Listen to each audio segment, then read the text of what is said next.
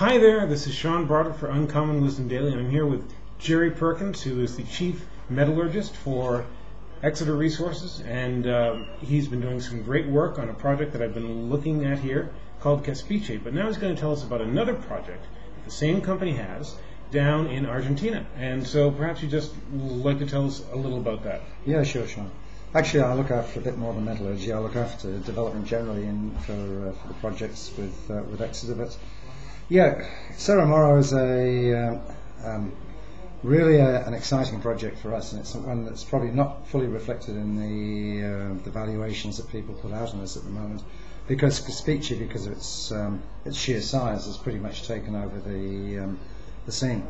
Cerro Moro is something which is quite special. It's really high grade vein deposit in the Santa Cruz province of Argentina.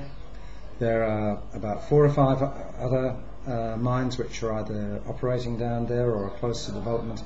Most of them are high grade, but Cerro Moro really looks as though it's going to be a little bit better than the average, even in that high grade region.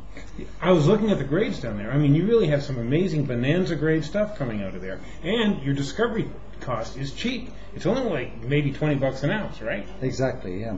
It's intensive work down there. It's intensive exploration. I mean, we're drilling now on 20 by 20 meter centers just to get to indicated status, and these veins are thin and the grades are so high that you have to do that to get the confidence in the deposit.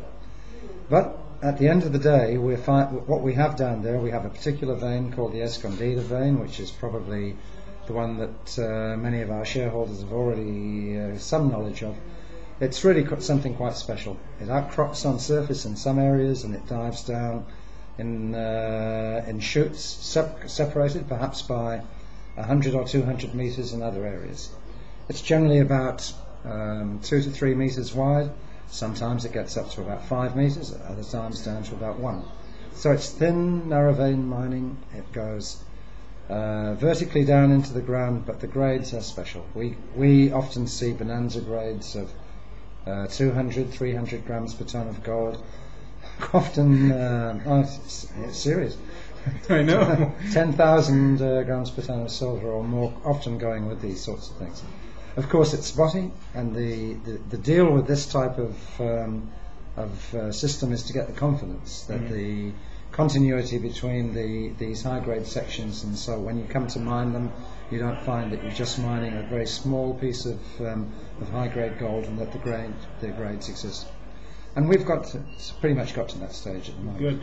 Speaking of deals, you guys just made a great deal with another company that had land surrounding yours, right? And so now you can explore along that same vein right into their property. That's right. We've explored this vein for over 3.5 kilometers on our own ground. And it's become pretty obvious with the work that we were doing that the vein continues into this next property. Now, the company that owns it is called Formicruz, which is a strange sounding name to most English-speaking people, but basically it's the state mining company for Santa Cruz, the province of Santa Cruz, and they have a big land holding throughout the province. And we've negotiated a deal with them where we joint venture into their property, which surrounds us. It's much bigger than ours, and we've already got a resource of 650,000 ounces of gold equivalent on ours. But the most important thing is that the Escondida vein continues at least at 2 kilometers onto their property, and we have this deal where we're sharing a little bit of our property with theirs, and we're joint venturing for a large part. We're going to spend the money. We've got the geologists, we've got the people, and we're pretty certain that we're going to find more resources of similar sorts of grades on the Formicruz ground over the next year or two. I just have to mention, you have to see the deal that these guys put together. They get 80% of the project they're doing together for only $10 million that you guys have to put in. I mean, that was some really smart wrangling you did. Now, I believe they get like 5% of your operation down there, right? They do. They get 5% of our operation. Basically, that's the swap that we've done. They come in,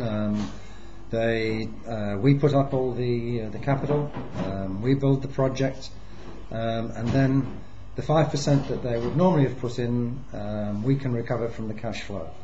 Now, when you're treating set grades of around about an ounce of gold equivalent, which we expect to treat fairly regularly in the early days of this project when we develop it, that's going to be relatively easy. We're not going to feel the pain of their 5% to a great extent at all.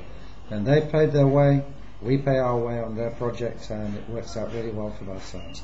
Works out well for the people of Santa Cruz as well. Great. Well, I just want to bring Jerry on here, and he's right, and I do apologize. He's much more than the chief metallurgist, but you were talking about metallurgy earlier today, which is why it stuck in my head. Yeah. But he's extremely bright. He's helping build these projects, and the great thing about this company is they aren't just a one-trick pony. They have Caspice, they have Cerro Moro, they make discoveries, which I find just really interesting. So there's certainly a company to keep your eye on in the future, and we already have them in the Red Hot Global Small Caps portfolio. I don't even know if I'm going to edit that out because this just shows how tired I am. But we'll certainly be keeping our eye on them because it looks like they're really doing some great things down here in Chile, which is where we are now, and Argentina. Thanks very much for tuning in. This is Sean Broderick for Uncommon Wisdom Daily.